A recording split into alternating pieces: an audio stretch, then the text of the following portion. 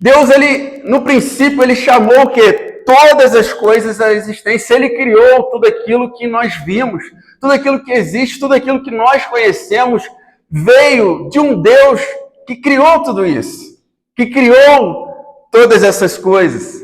E nessa obra, ele era o engenheiro, o arquiteto e ele era o construtor. Né, Fabinho? Você já imaginou você ter alguém na sua obra lá, no seu empreendimento lá que você vai fazer, que ele é ao mesmo tempo o engenheiro, o arquiteto e o construtor? Por quê? Porque Deus, quando foi criar o mundo, ele calculou todas as coisas, ele fez os cálculos lá do fundamento da terra, do mar, ele organizou as leis da física, ele organizou todas as leis que regem a natureza. E aí depois ele foi ver como que vai funcionar agora esse mundo, né? De forma harmônica, de forma inteligente. Então ele programou tudo bonitinho, ele fez tudo de forma que viesse funcionar de forma harmônica, mas ele pôs o quê? A mão na massa, como que se fosse um construtor, ele mesmo desempenhou essa função. Então, nós precisamos entender que o mundo, ele não gira em torno de mim e de você, mas o mundo gira em torno de Deus. Ele é o Criador de todas as coisas, ele é o começo, o meio e o fim de todas as coisas. Ele criou, ele chamou, ele levantou homens, ele levantou povos, ele enviou seu Filho. Por quê? Porque ele é o agente atuante na criação. E todas as coisas começam nele. A Bíblia é um livro que não fala da história do homem, mas fala da história de Deus, de como esse Deus, ele criou todas as coisas e ele expressou o seu amor por nós. Então nós já começamos a aprender o quê? Que o Evangelho é de Deus. É sobre Deus, é para Deus e o homem é somente a vítima. O homem é somente aquele que recebe a ação da parte de Deus. E por que é importante nós sabermos disso? Porque muitas das vezes nós achamos o quê? Que nós somos o centro do universo. Porque muitas das vezes nós falamos que cremos, nós falamos que entendemos que Deus é o Criador, de que nós não conseguimos fazer nada sem Ele, mas às vezes durante o nosso dia a dia nós nos tornamos o quê? O centro do universo e o centro das nossas vidas. Nós nos tornamos o centro de todas as coisas. E muitas das vezes eu e você, nós vivemos como se Deus não existisse. Muitas das vezes eu e você achamos que nós estamos aqui sem nenhum propósito. Como uma folha seca, né? Como diz aquele antigo hino lá da minha avó, né? Como uma folha seca caída no chão, que vai para onde o vento levar. Assim é a vida o quê? Do homem sem Deus. E a gente acha que a gente está assim, que a nossa vida é assim. E nós vivemos assim como se Deus não existisse. Só que o Evangelho é uma notícia de que Deus existe. E se Deus existe, eu e você nós temos esperança. Porque qual sentido estaríamos, ou qual sentido faria eu e você estarmos aqui nessa manhã, se nós não crêssemos na existência de um Deus? Talvez você possa gostar muito do Eduardo, do Danilo, de mim, de vários irmãos aqui. Mas será que isso iria sustentar a nossa vida e tudo aquilo que nós fazemos?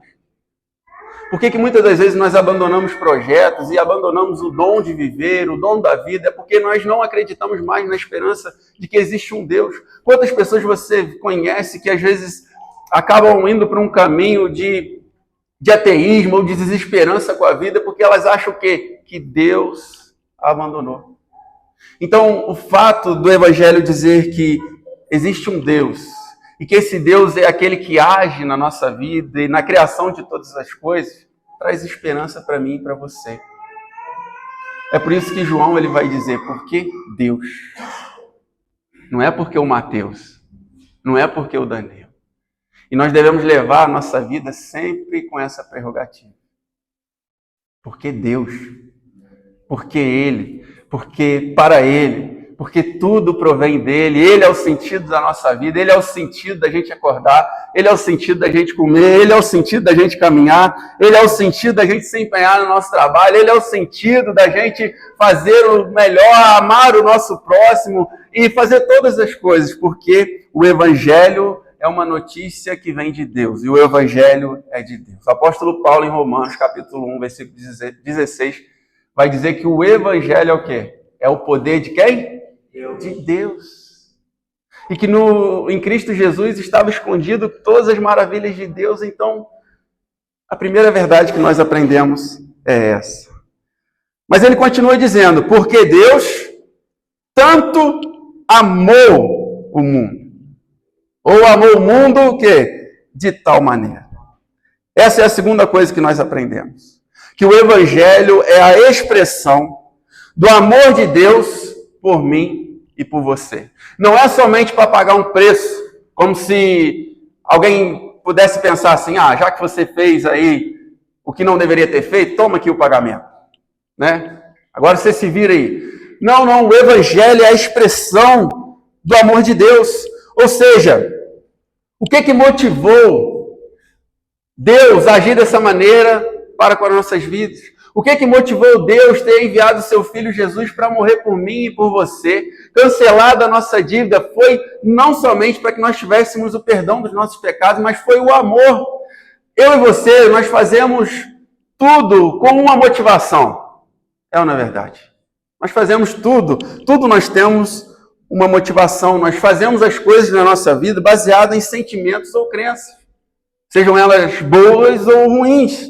Porque muitas das vezes nós fazemos as coisas o quê? Por inveja. Muitas das vezes nós somos levados a fazer certas coisas por egoísmo. Muitas das vezes nós somos levados a fazer as coisas por orgulho. Né?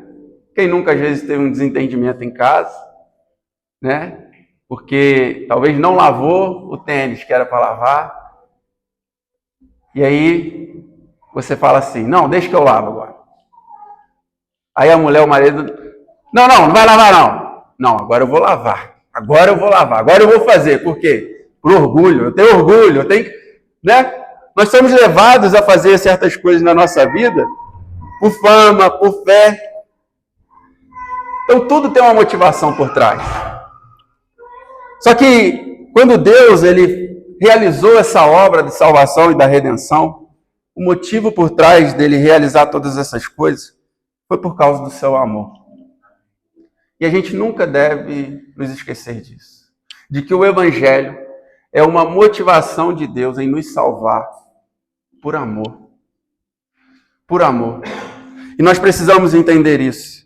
E o mundo a qual Deus amou aqui, ele se refere a todas as pessoas, de todas as nações, de todos os povos, de todas as etnias, de todas as línguas. Ou seja, o amor de Deus não é um amor egoísta. O amor de Deus não é um amor exclusivista, mas é um amor que se manifesta o quê? A todos os povos sem distinção. Não existe gênero, não existe raça, não existe cor, não existe etnia que Deus não tenha amado. Porque você já parou para pensar no contexto dessa passagem? Para quem que Jesus estava falando essas coisas?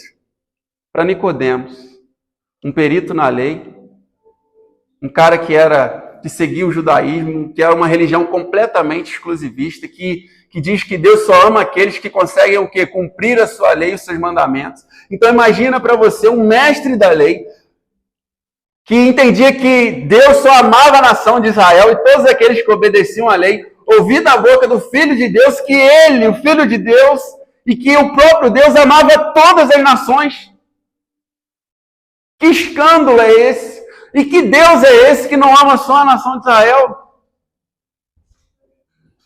Aí você fala assim, mas Mateus, mas isso aí estava na cara. Só que muitas das vezes nós somos o quê? Nós somos o Nicodemos. Nós somos o fariseu. Nós achamos que o amor de Deus é exclusivista. De que o amor de Deus ele está baseado em um gênero, em uma raça, em uma nação.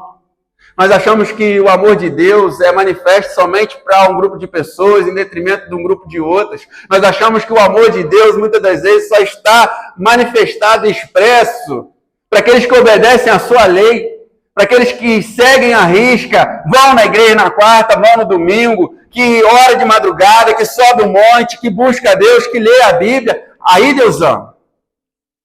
E os outros, tudo perdido, pecador e... Eu sou mais amado por Deus. Por quê?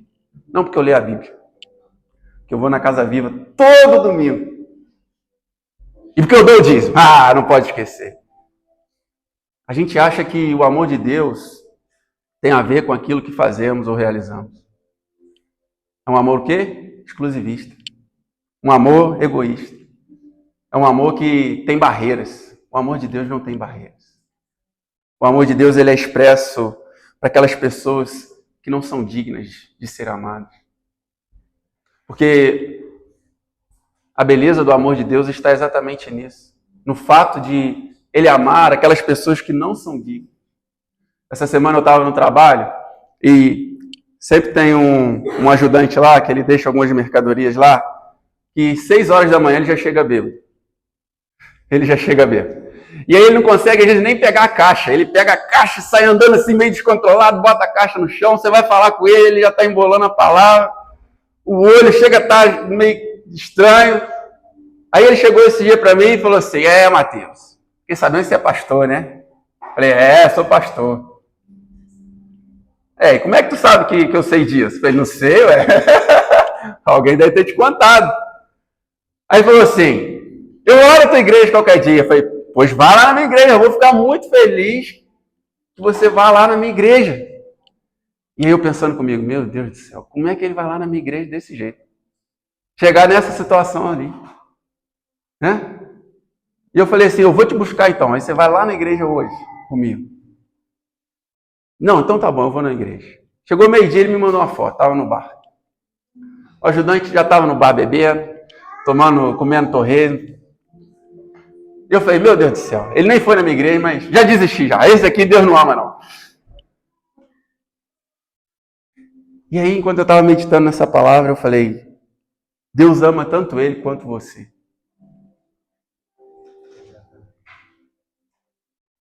Deus não ama mais você porque você é pastor, porque você está inserido numa religião, que você vai nos cultos, porque você chega às 7 horas da manhã são e bom, porque você prega a palavra, porque você entendeu que é o evangelho, porque você se veste bem, e porque você tem dinheiro na sua conta bancária.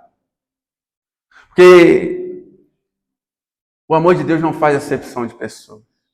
E diante de Deus, todos nós estávamos igual aquele homem, perdido em nossos pecados, em nossas falhas, sem esperança nenhuma, sem poder agradar a Deus, sem poder ter capacidade alguma de agradar a Ele, de fazer qualquer coisa para poder agradar a Ele.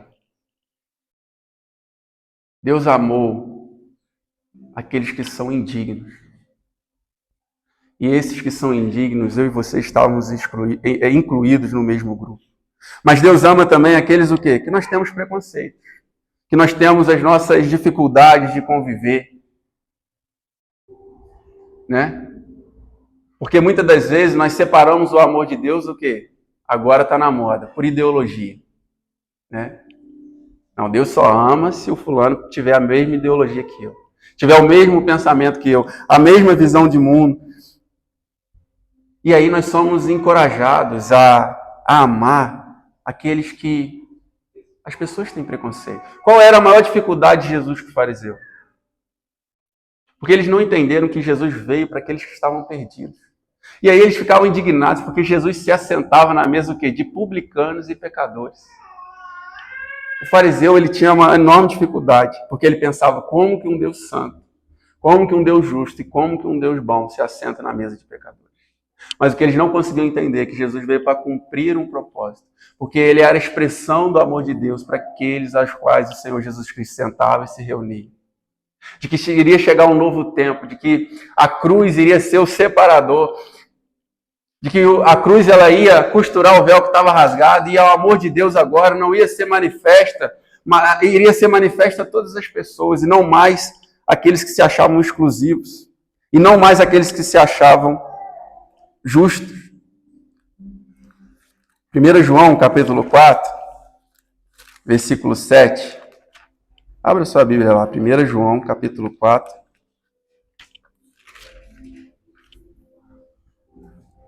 Versículo 7.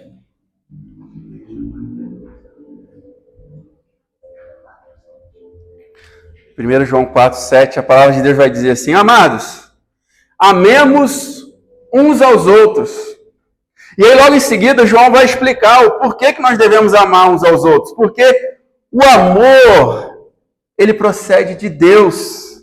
E aí ele vai continuar dizendo, aquele que ama é nascido de Deus e conhece a Deus. Quem não ama não conhece a Deus. Por quê? Porque Deus é amor. Deus é amor. O amor só passou a existir, o amor só veio à existência porque primeiro Deus é amor, porque ele sempre existiu e na sua existência estava o amor. E em João 4,16, a palavra de Deus vai dizer assim, 1 João 4,16, ele vai continuar dizendo, Deus é amor. E todo aquele que permanece no amor, permanece em Deus, e Deus permanece nele. Portanto, nós precisamos entender de que o Deus a quem nós servimos e o Deus a quem revelou esse evangelho é um Deus de amor. E que o evangelho é uma notícia de amor para mim e para você. Você já recebeu uma declaração de amor? Você já recebeu uma serenata de amor? Se você, seu esposo, nunca fez uma serenata, ou se a sua esposa nunca fez uma serenata de amor, sabe que o Deus da qual nós servimos nos enviou o seu Filho como uma prova de amor, como a expressão do amor de Deus. E é isso que João vai continuar dizendo, porque Deus amou o mundo, que fez o quê? Que deu o seu Filho unigênito. E aqui nós aprendemos que o amor de Deus que está expresso no Evangelho não é um amor somente o quê? De palavras, mas é um amor de ação. Não é um amor da boca para fora, mas é um amor verdadeiro que foi manifesto em suas o quê? Atitudes.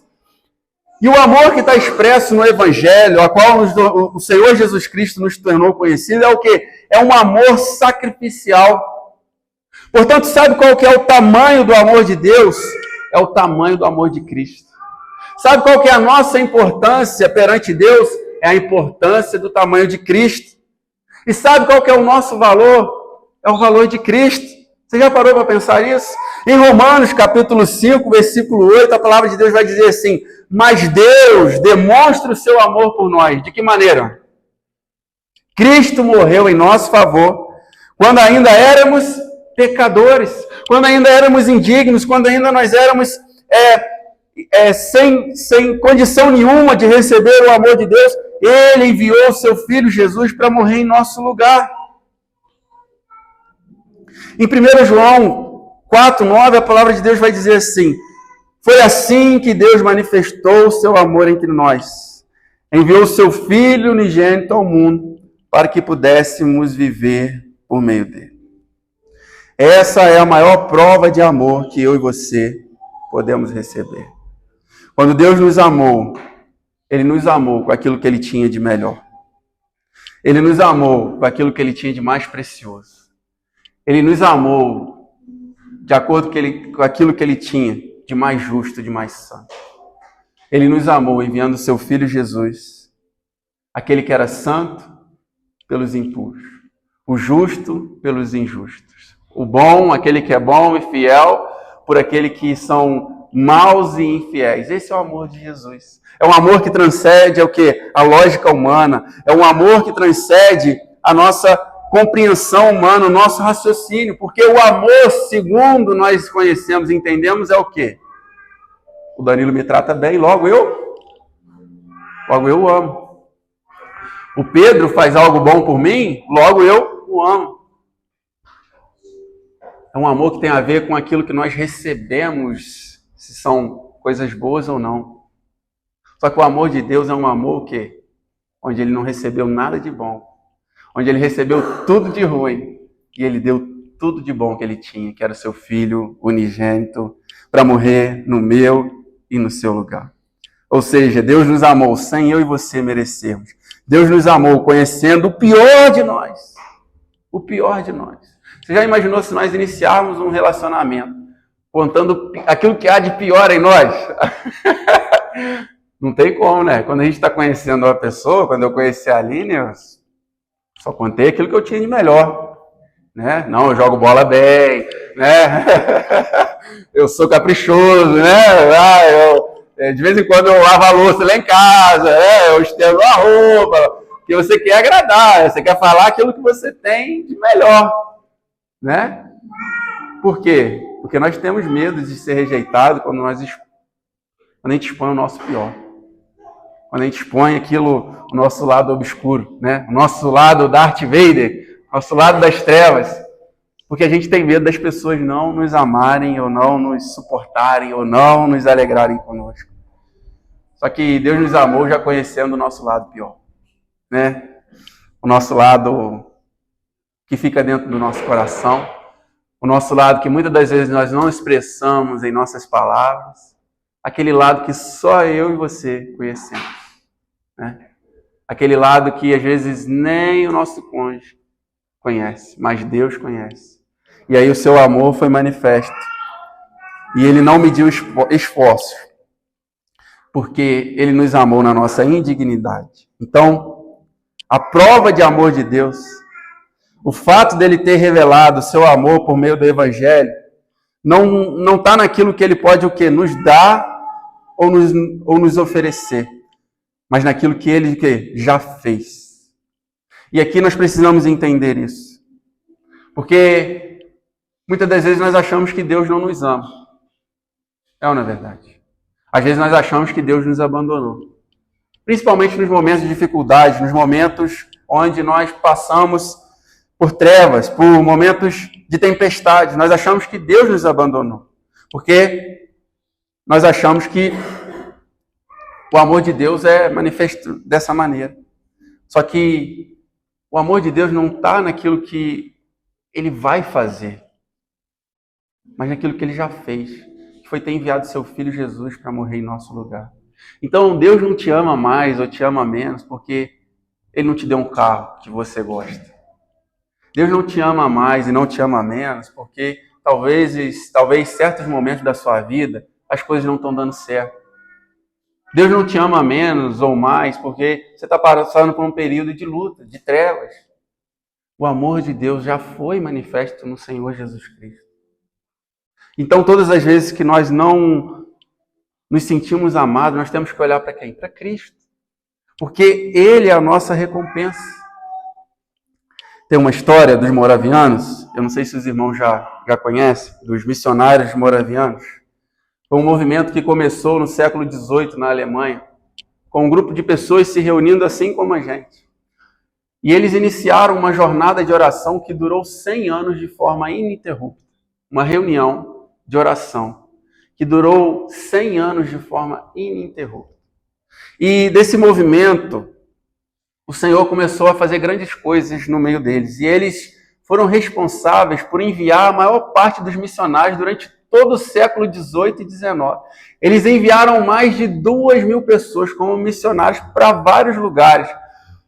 O amor de Deus ali manifesto no meio deles era tão grande que muitas coisas aconteceram assim de forma estrondosa. Mas tem um relato que chegou no conhecimento deles que existia uma ilha no leste da Índia com mais ou menos 3.000 africanos que eles estavam escravizados naquela ilha.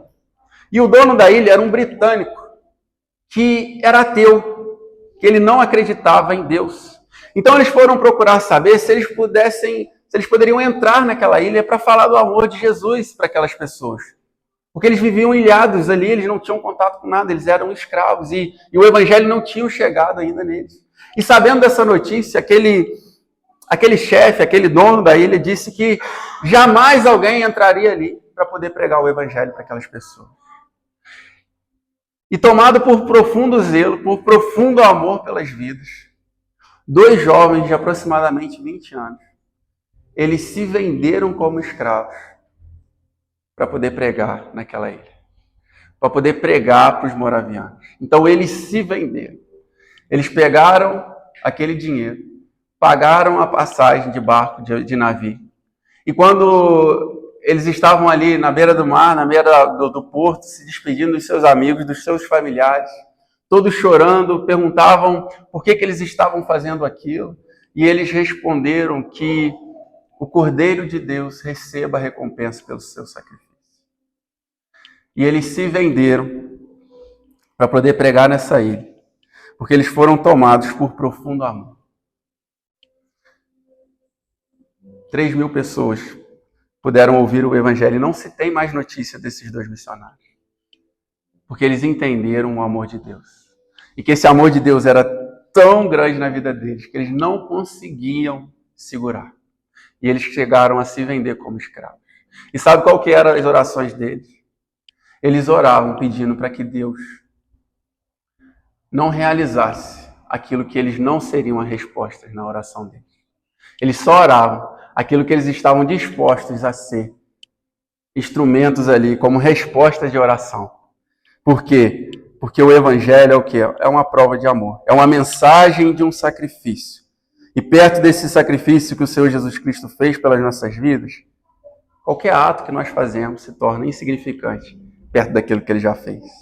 Mas para a gente terminar, nós vemos também que o Evangelho é o quê?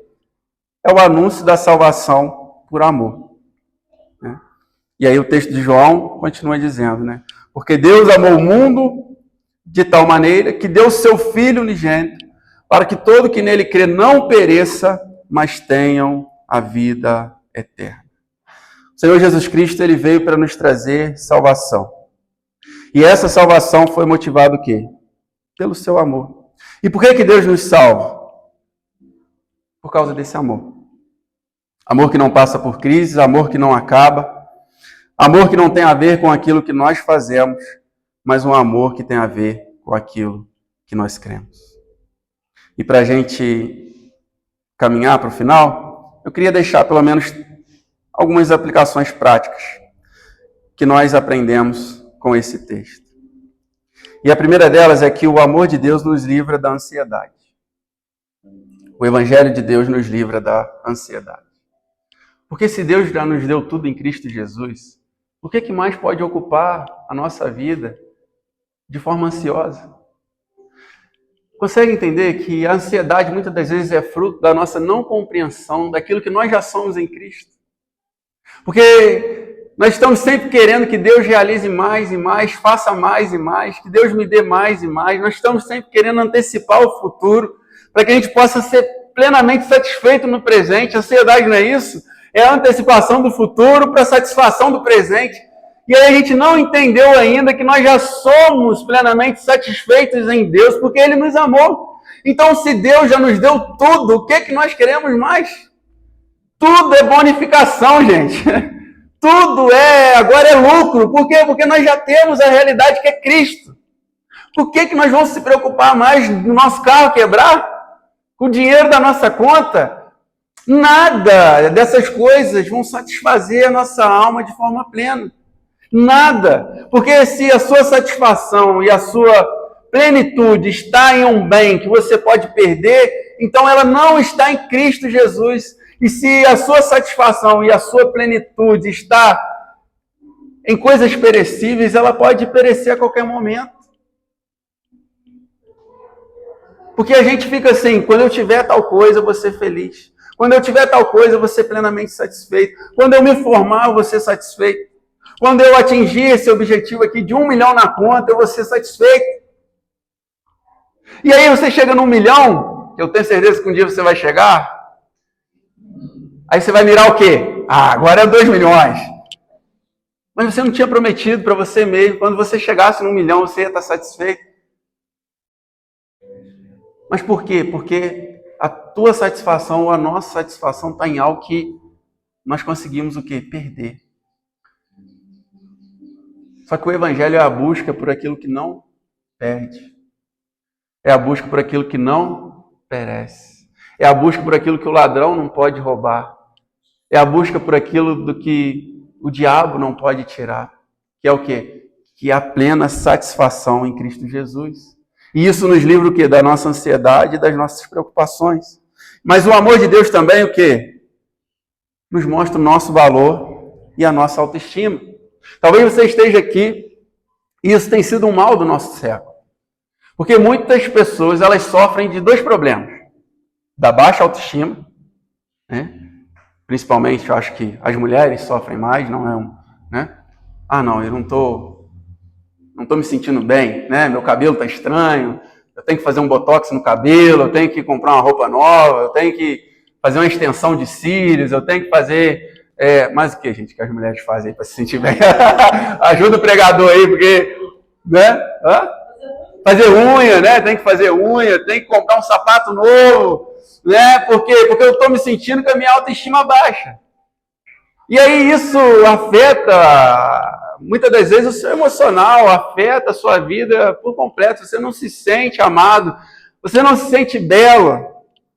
Mas tem também aquele que é completamente oposto, né? Aquele que tem a autoestima, né? É aquele que acha que ele é a última Coca-Cola do deserto, e por aí vai. Então o Evangelho ele traz o equilíbrio. E ele nos diz que nós não temos nem baixa autoestima, nem uma alta autoestima, mas nós temos o quê? A estima de Cristo. Então nós não sentimos falta de nada. E nós não temos orgulho de nada. Porque a única coisa que nós temos é Cristo em nós. Cristo em nós. A esperança da glória. Então você não precisa se sentir triste. Você não precisa achar que ninguém te ama. Porque eu fico, Deus, imaginando Jesus lá do céu. Ninguém te ama mesmo, mas a cara de pau dessa pessoa. E aí Jesus olha para Deus Pai, mas você está vendo, você me enviou, e agora está falando que ninguém ama ela. E aí o Espírito Santo, mas é um desgramado mesmo, né? É ingrato. A gente fez toda essa obra da salvação e da redenção para ela falar que ninguém ama ela. Consegue entender? Porque quando a gente está atrás de aprovação de amor humano, é porque a gente não entendeu ainda o amor de Cristo sobre nós. A nossa satisfação precisa estar em Cristo, ou nunca nós seremos satisfeitos. Essa semana eu fui fazer uma visita na casa do irmão, lá da Igreja Batista do Batume, e foi muito ruim. Porque tudo aquilo que eu estava evitando comer tinha lá. Carne, refrigerante, doce. Pensa numa visita ruim. Estou até querendo marcar outra. Falei, Samuel, não gostei da visita não. Muito ruim. Tudo aquilo que eu estava evitando, você me deu para comer aqui. E foi muito curioso que ele tinha um cachorrinho lá, que a gente estava comendo a carne, e sobra, né, uma pelinha, alguma coisa, eles jogavam pro cachorro. Aí o cachorro só comendo, né? Melhor dia da vida do cachorro, né? Ah, oh, meu Deus. Né? E o cachorrinho lá comendo.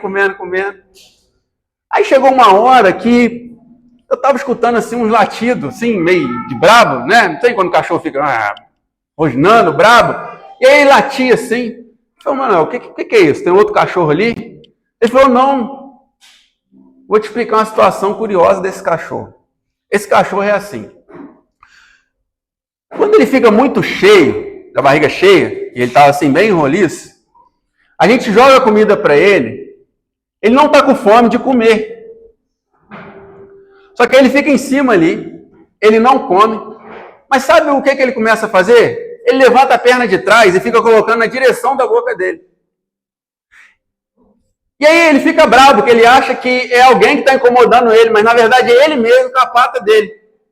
Aí ele fica rosnando com a pata dele, mordendo na pata dele, girando assim, ó. Entendeu? Aí ele para e fica ali, perto da carne. Só que ele não está com vontade de comer, porque ele já está cheio. Aí ele começa com a perninha dele de novo, indo em direção aqui assim, ó. Aí ele... Aí gira de novo, aí começa. Ele fica assim por uma hora, ele não come, ele não faz nada, ele só fica assim. Isso é normal? Vamos orar pelo cachorro aqui, em nome de Jesus. Estou preocupado. Ele falou, não, é assim mesmo, é normal. Aí eu falei assim, meu Deus, às vezes nós somos esse cachorrinho, né? Às vezes nós já estamos plenamente satisfeitos em Cristo Jesus. Só que a gente acha que a nossa satisfação ainda está naquela carne que não vai nos satisfazer mais. Aí a gente fica arrumando briga com a nossa própria pata. E rosnando para nós mesmos. E a gente coloca a culpa no Deus ainda, que está nos dando ainda uns pedaços de carne. Por quê?